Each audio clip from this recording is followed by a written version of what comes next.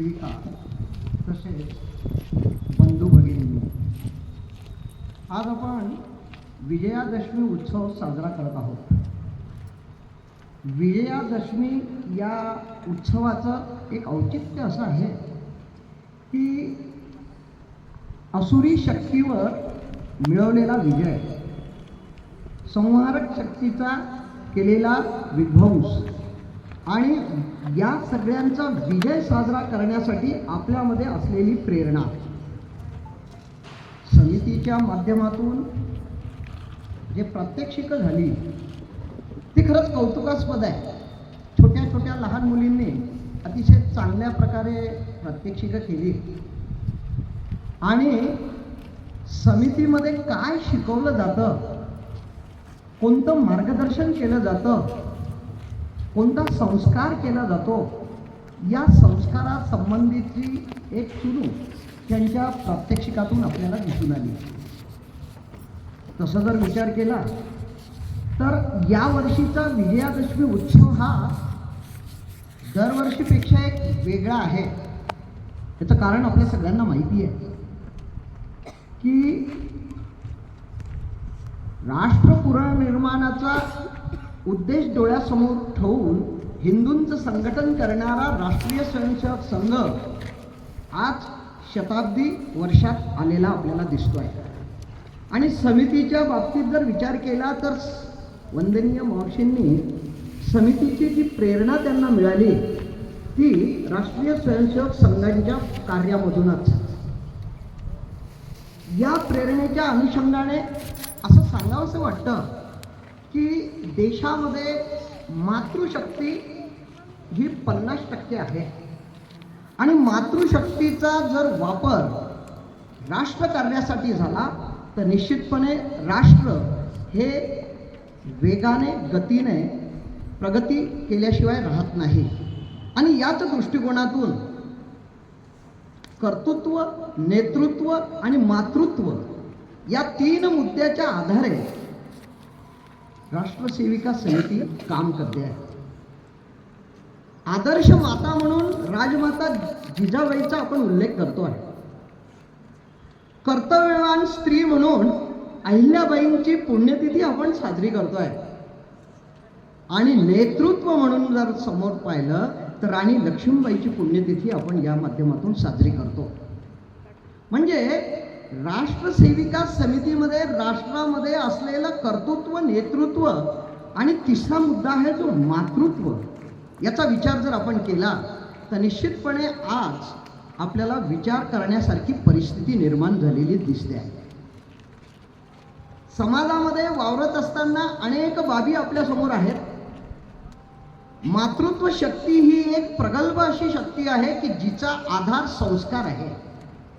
देशावर अनेक अतिक्रमण झाली, आक्रमणं झाली, परंतु त्या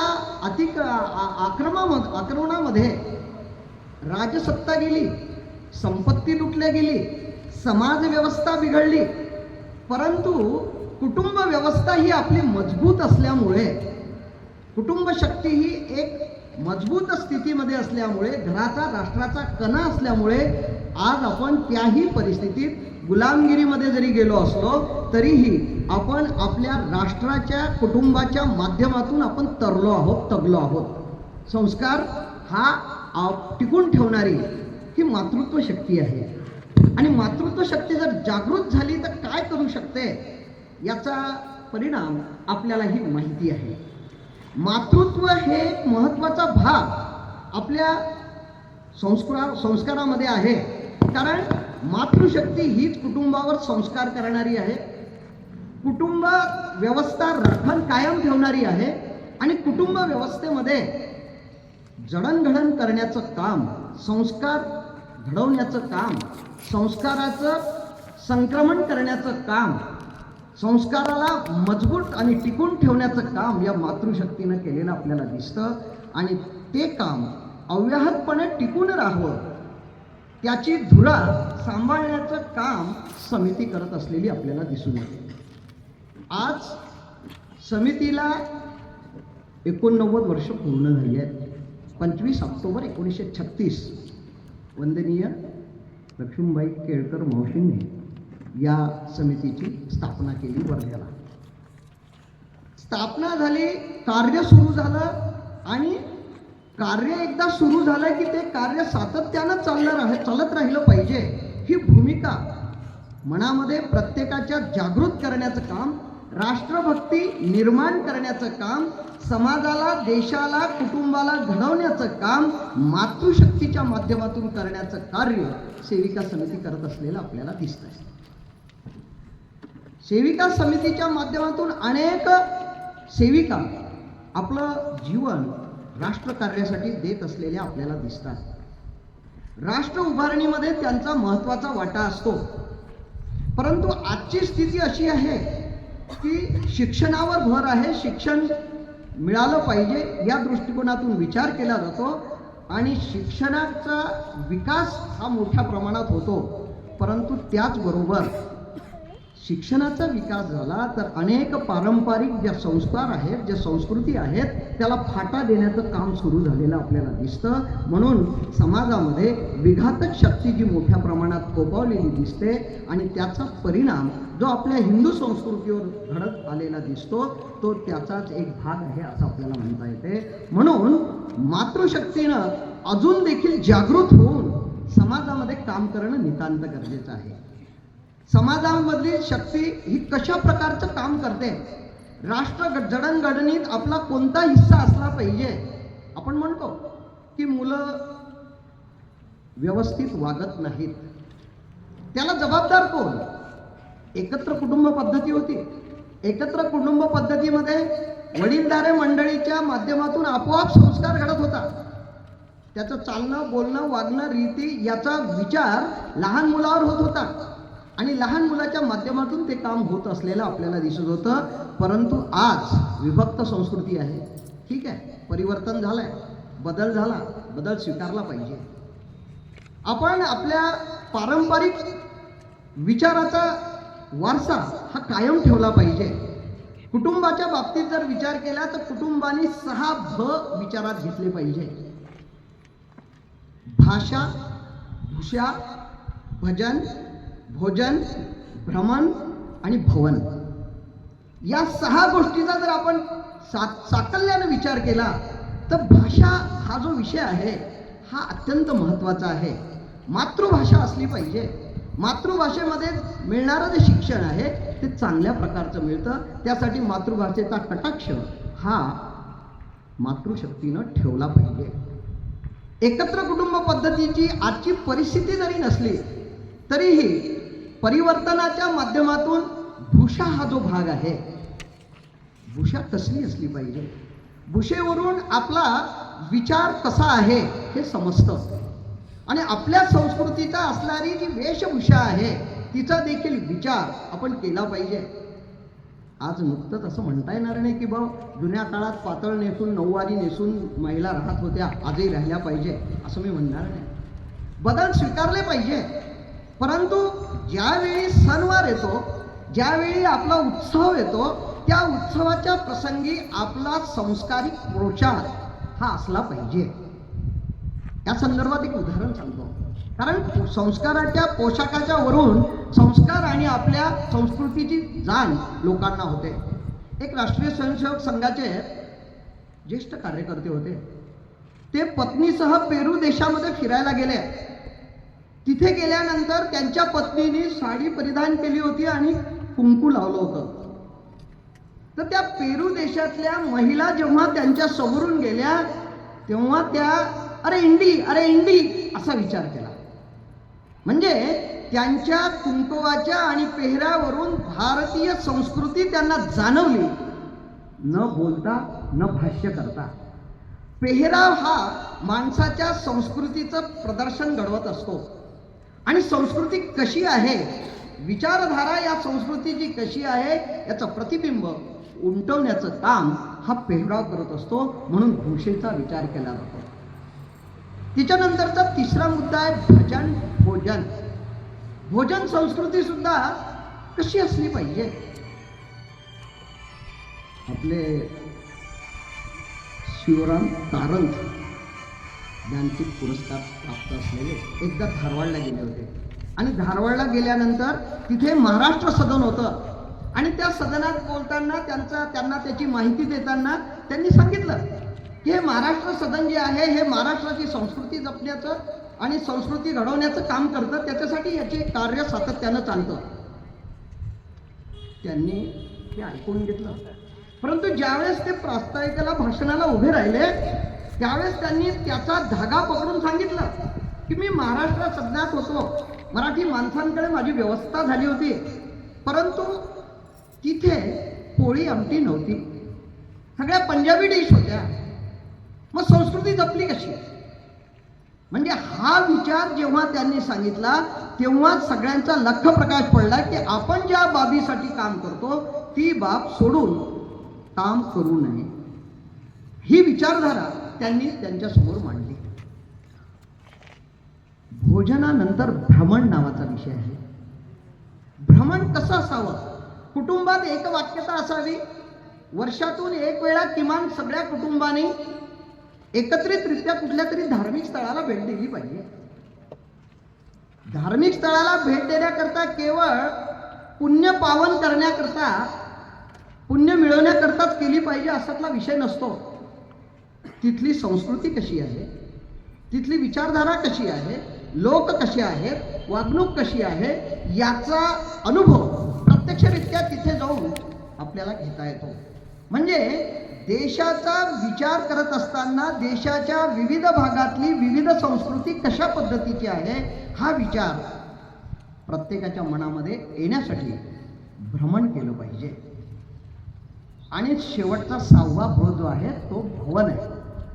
भवन म्हणजे घर, आणि घराचा कणा, घराची नाळ, घराची संस्कृती, घरासंबंधीचा विचार जर कोणी जोपासला असेल तर तो त्या घरातल्या स्त्री शक्तीनं जोपासलेला असतो. एखाद्या घरातला जर मुलगा वाईट वळणाला लागला तर समाज त्याला म्हणतो घरातलं शिक्षण कसं आहे, घरात त्याला वळण नाही आहे. वळण देण्याची जबाबदारी ती जी आहे ती बहुतांशी मातृशक्तीकडे असलेली आपल्याला दिसते. मुलांकडे आज लक्ष देण्यास वेळ नाही आहे, भरकट चाललेली आहे मुलं.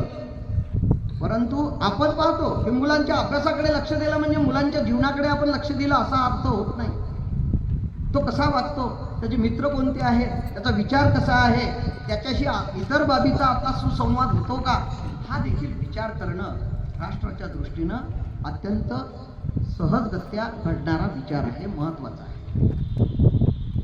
एखाद्या विचाराला आपल्याला कुठे पोचवायचं आहे, एकत्रित कुटुंब कसं ठेवायचं आहे हे घरातली वडीलधारी स्त्री मोठ्या प्रमाणात जाणते. माझ्या लहानपणची गोष्ट, अशा माझ्या वयाची जी काही लोक असतील त्यांना माहिती आहे की एक जेवण आपलं एकत्रित असलं पाहिजे. माझी आई कुटुंबातील सर्व सभासद एकत्रित आल्याशिवाय संध्याकाळचं जेवण वाढत नव्हती. सत्यस्थिती आहे. अरे त्याला येऊ दे, अरे त्याला येऊ दे, सगळे जमले की एकत्ररित्या आम्ही जेवायला खाली बसतो. जेवायला बसणे, एकत्र असणे हा साधा भाग असतो, परंतु जेवताना ज्या गप्पा होतात, विचारधारा होतात, एकमेकांच्या दिवसभरातल्या घडलेल्या ज्या गोष्टी असतात त्याची विचारांची देवाणघेवाण होते.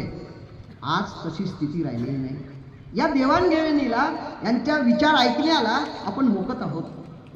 म्हणून कुठेतरी आपण एकत्र असलं पाहिजे, कुटुंबाशी संवाद असला पाहिजे. कुटुंबातील मी एक घटक आहे असं प्रत्येक घटकाला वाटलं पाहिजे. मुलं मुलाचा अभ्यास करतात, मोबाईलवर मुलं खेळतात, सगळे एकत्रित जरी असले तरी एकत्र जेवत नाही, एकत्र विचार करत नाही. एकाच कुटुंबामधले बसलेले मुलं कोणी मोबाईल पाहतं, कोणी टीव्ही पाहतं, कोणी कॉम्प्युटर करतं, कोणी अभ्यास करतं. वेगवेगळ्या पद्धतीनं ते जीवन जगताना आपल्याला दिसतात. संवाद होत नाही. संवाद हा नितांत गरजेचा आहे. आणि या संवादामुळे मनं जोडली जातात, कुटुंब जोडली जातात, विचारधारा एक होते. आणि ही विचारधारा जर आपण एकत्र ठेवली त्याचा आधार हा राष्ट्र, कुटुंब घडण्याकरता होतो. आपण म्हणतो मुलं मनानं, शरीरानं दूर गेली. शिकण्याच्या दृष्टिकोनातून वेगवेगळ्याचं शिक्षण घेण्यासाठी त्यांना घराच्या बाहेर जावं लागतं. परंतु आज योगायोग असा आहे की किती लांब मुलगा असला तरी त्याच्याशी बोलण्याचं साधन तुमच्याजवळ आहे. व्हिडिओ कॉलवर त्याच्याशी बोलून त्याच्याशी विचारपूस करू शकतो. ते केल्याने त्याच्या मनात तिथे जरी तो असला तरी माझं कोणीतरी आहे, मला कोणीतरी विचारतं, माझी आत्मीयता कोणाला तरी आहे, मी एक कुटुंबाचा घटक आहे, मला माझ्या कुटुंबासाठी काहीतरी केलं पाहिजे, ही सातत्यानं जाणीव या संवादाच्या माध्यमातून होतं. आणि म्हणून आपण त्यांच्याशी संवाद केला पाहिजे. मुलं शरीरानं दूर गेली, मनानं दूर गेली असेल, पण त्या मुलांना आपल्याजवळ आणण्यासाठी आपण काही करतो का? त्यासाठी आपल्याकडून काही प्रयत्न आहेत का? हा विचार मातृत्व शक्तीनं करणं नितांत गरजेचं आहे. मुलं किती दूर गेली असली तरी विचारानं ती आपल्यापर्यंत असली पाहिजे. ठाम सांगितलं पाहिजे की माझी मुलगी परदेशात गेली, कुठे गेली तरी ती तिचा संस्कार, तिचा विचार, तिचा आचार बदलू शकत नाही, याची खात्री मातृशक्तीला असली पाहिजे. आज तसं काहींच्या कुटुंबात असेल, परंतु बऱ्याचशा कुटुंबात ही बाब आढळून येत नाही. ती कशी रुजवली पाहिजे, ती कशी वाढवली पाहिजे, संपर्क कसा असला पाहिजे आणि विचारधारा कशी आपण प्रगल्भित केली पाहिजे, हा जेव्हा आपण विचार जर केला तर निश्चितपणे आपण राष्ट्रकार्याला चांगल्या पद्धतीनं हातभार लावून राष्ट्र प्रगतीला नेऊ शकतो. भारताला आपण म्हणतो विश्वगुरू बनवायचं आहे. विश्वगुरू बनवण्यामध्ये माझा कुठंतरी खारीचा वाटा असला पाहिजे. ही भूमिका प्रत्येक सेविकांनी, प्रत्येक नागरिकांनी, प्रत्येक व्यक्तीने, देशातल्या प्रत्येकाने जर विचारात घेतली तर एकमेका सहाय्य करू अवघे धरू सुपंत, चांगल्या मार्गाला आपण जाऊ शकतो. दुर्दैवानं अशी परिस्थिती आहे की शिक्षित झालेल्या ज्या मुली आहेत त्यांची विचारधारा बदललेली आहे. मातृत्व भाव राहिलेला नाही आहे, ममता ही राहिलेली नाही आहे. म्हणावं असं वाटतं, बऱ्याचशा अनुभवाला येतं की जेवढं मातृत्व पूर्वी होतं, आपण म्हणतो बोलताना बरेच वेळा, पूर्वीची जी स्थिती होती ती आज राहिलेली नाही. का? तर आपण संवादापासून मुकलेलो आहोत. कुटुंबाला एकत्रित जडणघडण करण्यामध्ये आपण एकत्रित राहिलेलो नाही. ही आपली कमतरता आपण कशी भरून काढू याचा विचार आपण या ठिकाणी केला पाहिजे.